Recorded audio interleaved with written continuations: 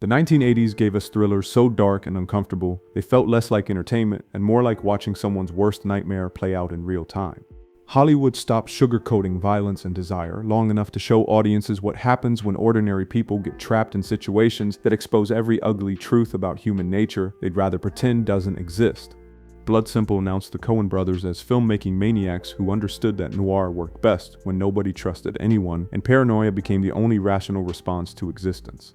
A jealous Texas bar owner hires a sleazy private detective to murder his cheating wife and her lover, except miscommunication and mistaken identity turn the plan into this bloody chain reaction where everyone assumes wrong, acts desperately, and dies confused in a morally twisted world where survival depends on cunning you probably don't have. Frances McDormand was making her film debut and got thrown into the deep end with the Coens' obsessive directing style, where they demanded precise performances through endless takes while working with a microscopic budget that meant every setup counted and mistakes cost time nobody had. McDormand struggled initially to grasp her character's dark complexity, trying to balance thriller tension with the pitch-black humor the Coens insisted on threading through scenes of violence and betrayal. The production atmosphere stayed tense because the Coens controlled every detail with iron fists, occasionally creating friction with actors and crew who weren't sure about the film's bleak tone and ambiguous morality. These creative conflicts actually fueled the movie's suffocating mood of unease and suspicion, with McDormand and her co-stars bonding through the shared challenge of bringing this uniquely twisted screenplay to life under conditions that demanded total commitment with zero room for half measures. Critics praised the stylish direction and razor-sharp screenplay when it premiered, launching the Coens' legendary independent cinema career while McDormand's breakthrough performance earned recognition that established her as an actress capable of embracing moral complexity most performers couldn't handle. The film became a cult classic, appreciated for fusing genre elements with psychological depth, proving that creative tension and brutal production conditions could generate raw energy that sanitized Hollywood movies never touched. Witness took Harrison Ford out of spaceships and into Amish country, creating one of the most unlikely love stories and tense thrillers of the 1980s. Amish widow Rachel Lapp and her 8-year-old son Samuel leave rural Pennsylvania for Philadelphia, where Samuel witnesses an undercover cop's murder in a train station bathroom, identifying the killer as respected narcotics officer Lieutenant McPhee and exposing massive police corruption that makes Detective John Book realize both he and the Lapps are targets.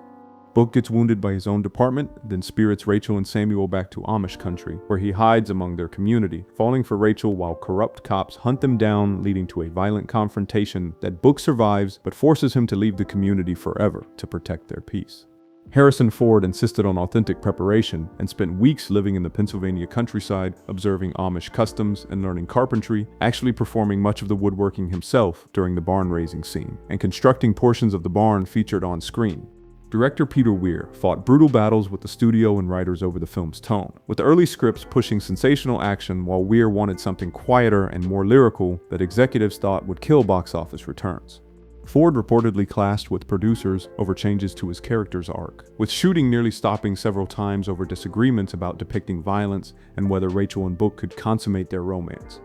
The film faced unexpected backlash when Amish leaders objected to their portrayal on screen, finding it invasive, especially regarding the subtle romantic tension, with communities complaining that tourists flooded their farmlands after release, disrupting daily life. Some local councils tried blocking the film's exhibition, while TV networks avoided primetime slots, and the movie got unofficially soft-banned from discussion in certain Amish markets, sparking national debates about art-probing private worlds without causing real damage.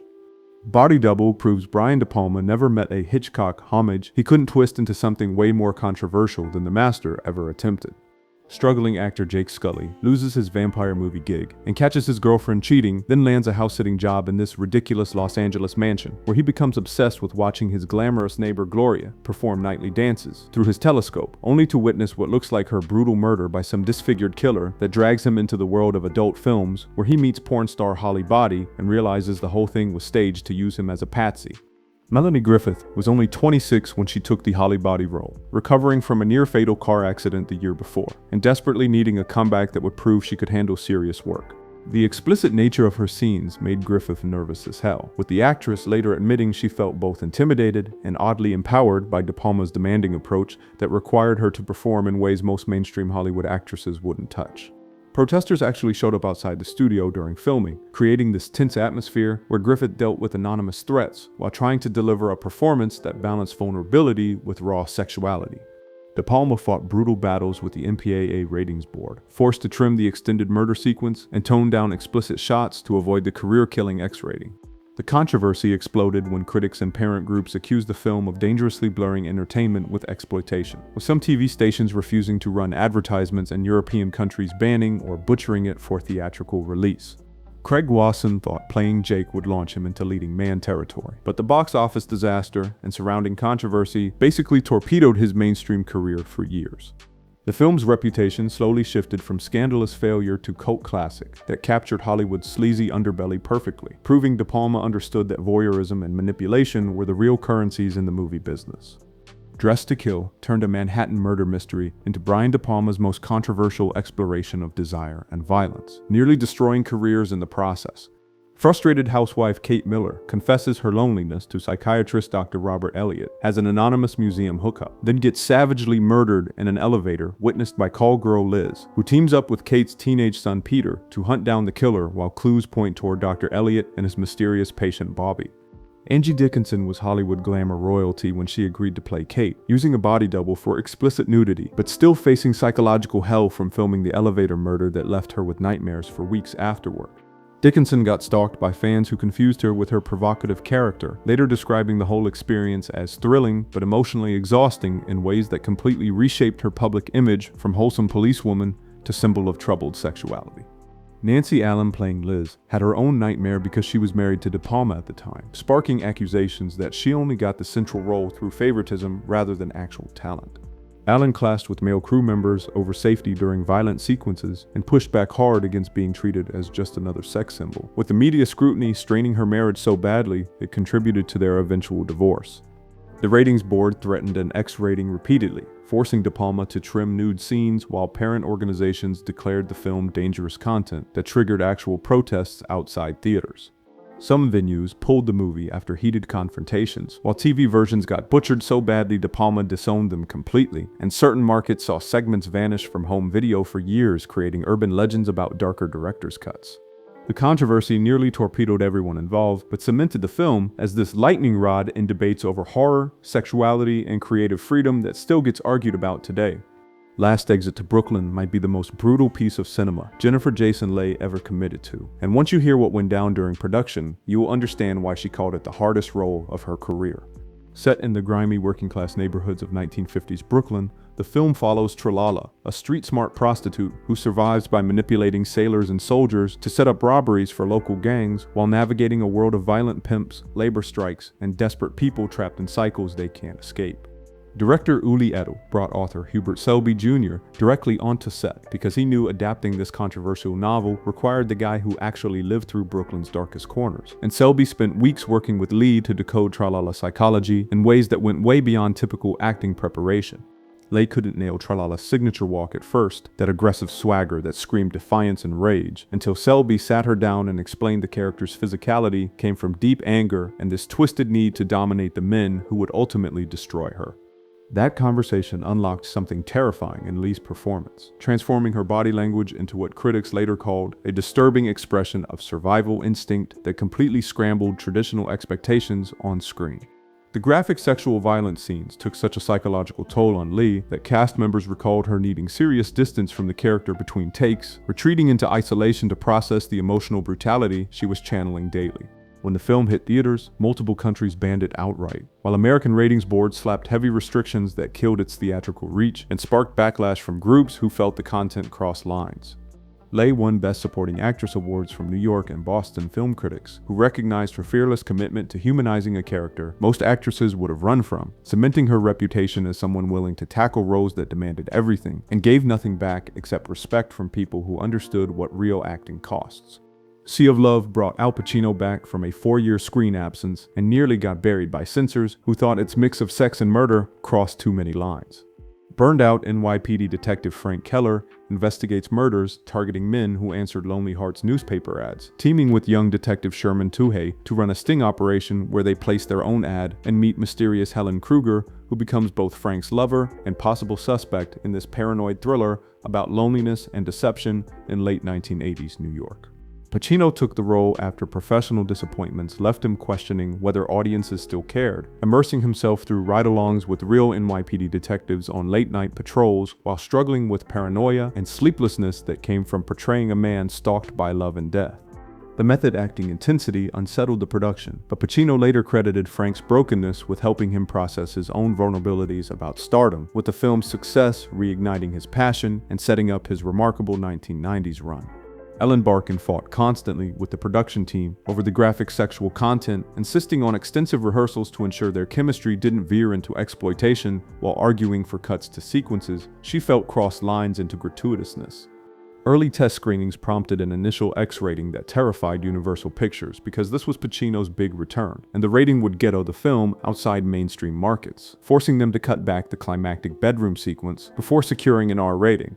TV versions got butchered with entire sequences reshuffled and dialogue overdubbed, while critics claimed the film glamorized dangerous romance, fueling short-lived moral panic that only amplified its commercial success and influenced the neo-noir thrillers that followed. Dead Calm put Nicole Kidman on the map as a serious actress who could carry a thriller through sheer grit and talent, proving she was way more than just another pretty face in Australian cinema. Grieving couple Ray and John Ingram sail their yacht across the Pacific, trying to heal after their son's tragic death, when they rescue mysterious Hugh Warner, rowing desperately from a sinking schooner, except John discovers mutilated corpses aboard Huey's boat, revealing the guy's actually a psychopath who takes control of their yacht and leaves Ray fighting for survival on the open water. Kidman was only 21 and spent grueling hours filming near Australia's Great Barrier Reef, taking actual sailing lessons, so she could convincingly pilot the yacht herself during critical scenes that demanded she portray fear, strength, and vulnerability simultaneously. The claustrophobic high-pressure setting tested her range in ways that established her as capable of anchoring thrillers, with director Philip Noyce's meticulous direction emphasizing psychological tension that helped launch her storied career. Warner Bros. Executives got nervous about the film's dark, ambiguous ending, where Huey gets set adrift to die, demanding reshoots several months after filming Wrapped to show his definitive death, despite Noyce's frustration over the creative interference. The studio held firm and forced the changes, while a harrowing scene with Sam Neill battling a shark got cut entirely for pacing reasons, creating tensions that somehow didn't kill the film's suspenseful atmosphere. The fascinating backstory involves Orson Welles attempting to adapt the same novel decades earlier under the title The Deep, but his ambitious project stalled due to financial problems, leaving behind incomplete footage that mostly remains unseen, with the original negative lost forever. Welles had cast Lawrence Harvey and Jean Moreau, but abandoned everything after Harvey's death, and that shadow lingered over Dead Calm, with Noyce conscious of delivering the finished, polished version where the legendary director couldn't, adding intrigue to his successful atmospheric thriller. 52 Pickup should have been John Frankenheimer's triumphant return, but instead became this dark masterclass in how blackmail and desperation turn ordinary people into something unrecognizable. Wealthy Los Angeles construction magnate Harry Mitchell gets confronted by three hooded blackmailers holding video of his affair with young stripper Keeney, demanding $100,000 annually to keep it secret from his wife Barbara, who's running for city council, except Harry refuses to pay and triggers this violent chain reaction, including Keeney's murder and Barbara's kidnapping that forces him to use business savvy to pit the criminals against each other. Roy Scheider approached Harry with a nuanced blend of cold professionalism and inner turmoil, trying to portray a man simultaneously powerful and vulnerable while navigating moral decay beneath suburban success. Scheider struggled with the film's darker tone and emotional distance required, feeling the character needed warmer moments to balance the intense thriller aspects, while director Frankenheimer's precise focused style sometimes clashed with actors wanting more character exploration. Anne Margaret stepped into Barbara Mitchell, embracing darker dramatic aspects, including her character's kidnapping and assault scenes that pushed boundaries at the time, causing tension among cast and crew trying to balance storytelling with sensitivity. She then advocated for scenes retaining their power without becoming exploitative, negotiating carefully with Frankenheimer in an emotionally taxing experience that marked a major departure from her glamorous roles. The film stirred controversy over its depiction of sexual violence and morally complex characters, with ratings boards forcing cuts to secure an R rating, while critics debated whether the edits undermined narrative impact or made it accessible to broader audiences. The morally ambiguous protagonist and harsh view of political ambition sparked debates about portraying power and corruption, with the backlash actually helping the film carve its niche among 1980s neo-noir thrillers that endures today.